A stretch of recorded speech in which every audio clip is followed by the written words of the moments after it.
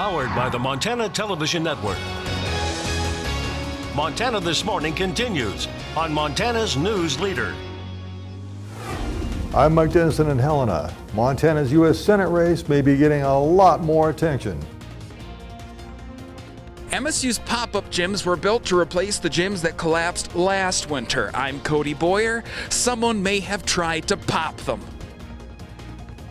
Just ahead of 6:30 now, back here on Montana This Morning, Caitlin Corbett, Matt Elwell, and as we've been saying all day, not as windy today, which is very nice. Good day for the hair. Better day for the hair. We're still going to have some wind. Daytime temperatures building this afternoon into the 40s, even 50s, but the morning is still a bit on the chilly side. We don't have a ton of wind, but it is making a difference. A lot of the wind chill temperatures down into the single digits potentially for the early morning. 19 degrees our temperature now in Bozeman. I think by the afternoon we're talking mid and upper 40s. Lots of sunshine, a little bit of wind, but we do have some changes in our forecast pattern coming up. We'll, of course, talk more in depth about that in just a few minutes. All right, thank you so much, Matt. And our Chet Lehman live in Dillon all morning covering the big Montana Board of Regents meeting. That's going on later today at Montana Western. Let's check in with Chet one more time. How's it going? Well, that's right, Caitlin. You can see Montana Western hasn't put out the welcome mat. They put out the welcome flag. The Montana University system is going to be gathering here for the next couple of days for the Board of Regents meeting.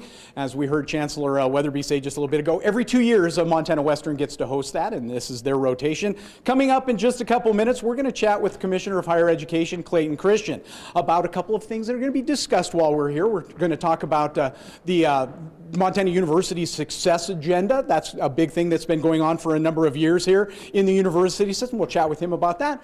Overall, talk about what's going to be going on here for the next couple of days on the Montana Western campus. Again, I am Chet Lehman. We are live all morning long in Dillon. And as I mentioned, coming up in just a couple minutes, we're going to chat with the Commissioner of Higher Education, Clayton Christian, live from Montana Western. Meantime, I'm going to send it back to you and Matt in the studio, Caitlin.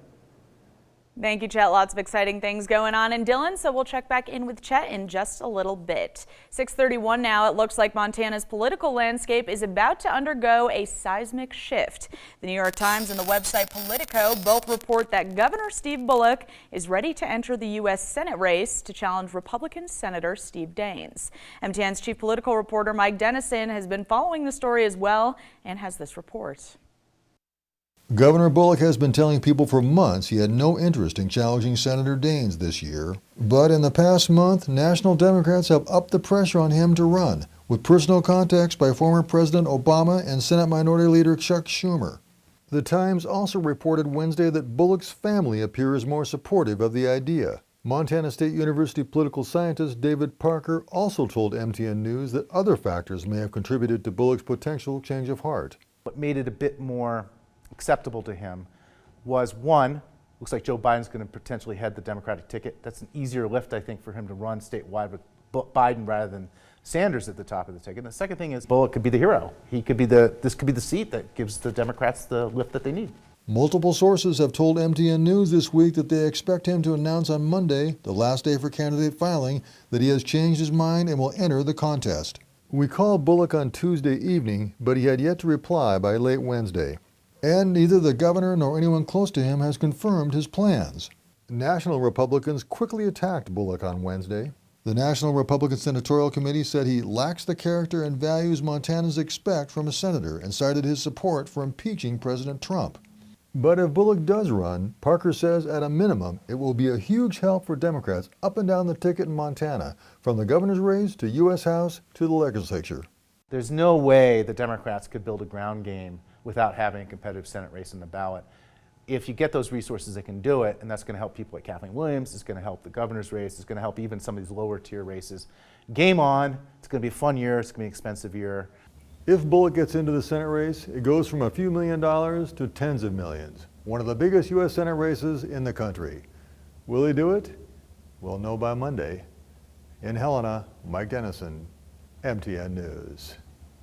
Governor Steve Bullock was in Los Angeles yesterday promoting Montana as the perfect location for movies, TV, and commercials.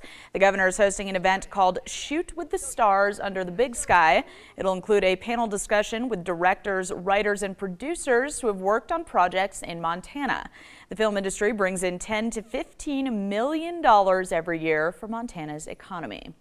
6:34 now. Police at Montana State University are investigating after someone took a knife to one of the school's inflatable domes. MTN's Cody Boyer tells us what that means for those who use the space.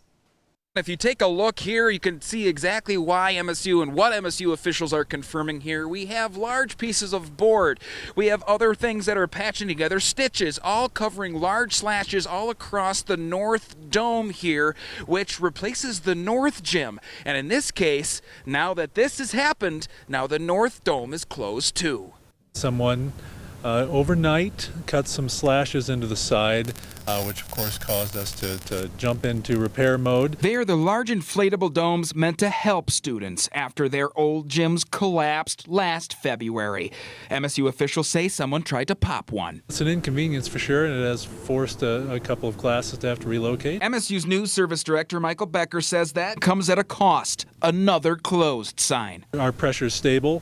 We're just, as an abundance of precaution, we are keeping them closed until permanent repairs are made. When I get here early in the morning, I hear people inside, and I think the ROTC does their workouts in there. MSU professor Rob Maher says during his 18 years here, the old gyms had become a routine for him. The pop-ups a good substitute until this happened. I'm of course appalled to even think of that somebody would decide to vandalize things, and so I'm hopeful that will be repaired quickly. Moving quickly, it took at least several people to put these boards up along the south side of the North Dome to cover up that long slash that you see taken in a photo here. But if you stop and listen, that's air. But as Becker says, there's nothing to worry about. These domes have a lot of sensors inside of them, so when the damage occurred, we got low pressure warnings relatively quickly thereafter, and crews were over here right away. And while the dome has to stay closed temporarily, Becker says the structure is sound. We're prepared for situations like this. At the latest, the dome should be open by Monday of next week after contractors come in and provide permanent repairs to these temporary ones. But as of this point, suspects have not been caught in this case. In Bozeman, Cody Boyer, MTN News. 6:36 now. Over in Butte, Butte's Council of Commissioners heard a presentation last night on the massive Superfund cleanup plan to remove a century's worth of mining contamination from the city. Officials gave the council an overview of the plan in the recently released consent decree that would involve a $150 million cleanup of mine waste along the Silver Bow Creek corridor over the course of the next 5 years. The council, which will have to approve that plan before it can go forward, agreed that more public hearings should be held before it will vote on it. Also in the mining city, a Butte businessman has become the fourth candidate to run for the city's chief executive position. Tom Cronelly, the co-owner of OMG Mongolian Grill in Butte, will run against incumbent Dave Palmer and candidates Brendan McDonough and J.P. Gallagher.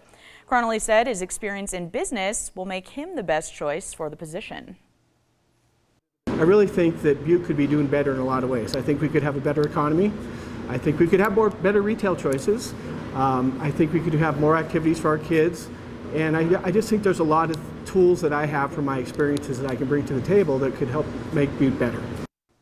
The primary election, of course, is June 2nd, and the top two vote getters will move on to the general election in November.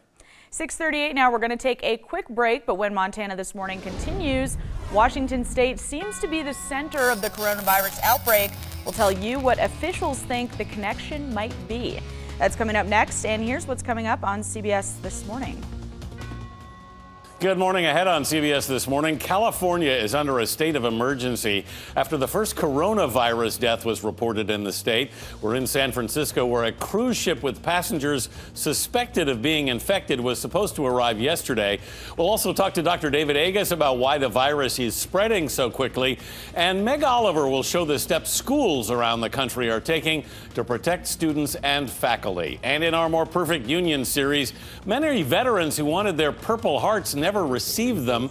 How one tiny organization is working to change that. We'll see you at 7.